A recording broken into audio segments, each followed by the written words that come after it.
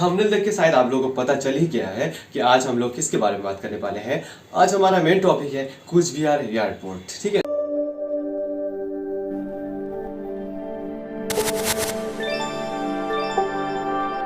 जो recently open हुआ है, अर्थात 21 फरवरी 2023। क्या बोला मैंने? 21 फरवरी 2023 को ये कूच बिहार एयरपोर्ट ओपन हुआ है, जो बिल्कुल अर्थात सिटी सेंटर तो आपको पता ही है कूच बिहार का। तो कूच बिहार का जो सिटी सेंटर है उससे ठीक 6 किलोमीटर दूर ही उसका अवस्थान है। आप जाकर देख सकते हैं। ये जगह जो है 173 एकड़ लेकर ये एयरपोर्ट बना हुआ है। आपको बता देता हूँ उसको बनाने वाला कौन है। इसको बनाने वाला एयर अथॉरिटी ऑफ इंडिया ही है, अर्थात सरकारी अर्थात गवर्नमेंट ने इसको बनाया है, कोई भी प्राइवेट इसको नहीं बनाया है।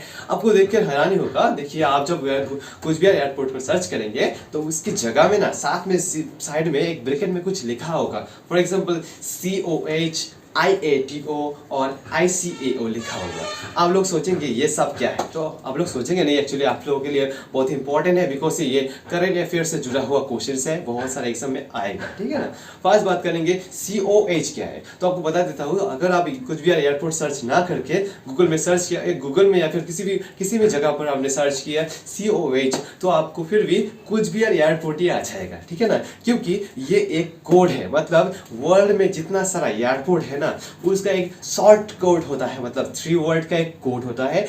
ये एयरपोर्ट कंडीशंस मतलब क्या ऑफिस से इसको बनाया गया है। ठीक है, और इसलिए COH इस कूच बिहार एयरपोर्ट को रखा गया है। ठीक है, उसके बाद साइड में और जरा साइड में देखेंगे तो लिखा होगा ICAO। करेक्ट, आपको सही दिखा होगा। तो आप सोचेंगे तो ये ICAO क्या है। ICAO एक भी ऐसा ही कोड है एक्चुअली। ये भी एक टाइप का ट्रैफिक, एक्चुअली इसको हम बोल सकते हैं एयरपोर्ट जो होता है, एयरपोर्ट कोड होता है या फिर एयरपोर्ट इंडिकेटर होता है। ठीक है ना, इसको इंडिकेटर भी नहीं बोलेंगे हम, उसको बोलेंगे identifier. Yes, airport identifier, location identifier भी हम लोग बोल सकते हैं। एक्चुअली कहता भी है। ठीक है ना, ये क्या काम में आता है आपको बता देता हूँ। वर्ल्ड में जितना सारा एयरपोर्ट है वो उसको एक लिस्ट में बनाया गया है, और उसी लिस्ट का नाम है ICAO लिस्ट, अर्थात एयरपोर्ट आइडेंटिफायर या फिर हाँ वो लोग बोल सकते हैं। ठीक है, उसके बाद यहाँ पर आगे आप देखेंगे, यहाँ पर लिखा है IATO। ठीक है ना, अब बताते हैं इसके बारे में, बताते हैं हम लोग को। जो IATO है ये भी एक टाइप का ट्रैफिक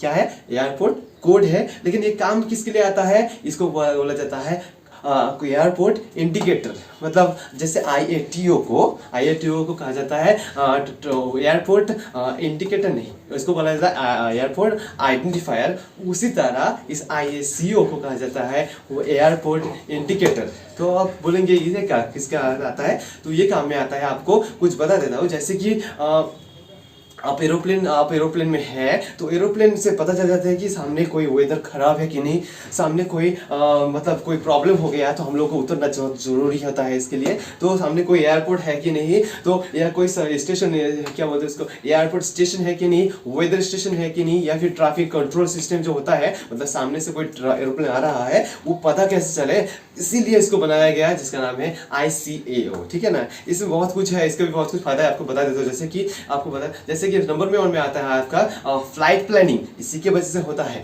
एयर ट्रैफिक कंट्रोल, इसी के वजह से आता है। वेदर स्टेशन, इसी के वजह से वेदर कंट्रोल होता है। ठीक है ना, कि हमने वेदर खराब है कि नहीं वो एरोप्लेन में पता चल जाता है, इसीलिए ICAO को बनाया गया। या फिर आपको बता देता हूँ एरिया कंट्रोल सेंटर, मतलब सामने कोई गैप जगह है कि नहीं, बड़ा जगह भी बीच में चाहिए होता है। ठीक है ना, किसी भी एरोप्लेन में कुछ प्रॉब्लम होता है ना, वो फेस ना करना पड़े, इसीलिए एक्चुअली इस ICAO को बनाया गया है। अगर वीडियो को पसंद आए तो प्लीज लाइक और सब्सक्राइब करना मत भूलिएगा। मैं इसके बाद भी इसके बारे में जानकारी और ज़्यादा दूंगा आपको।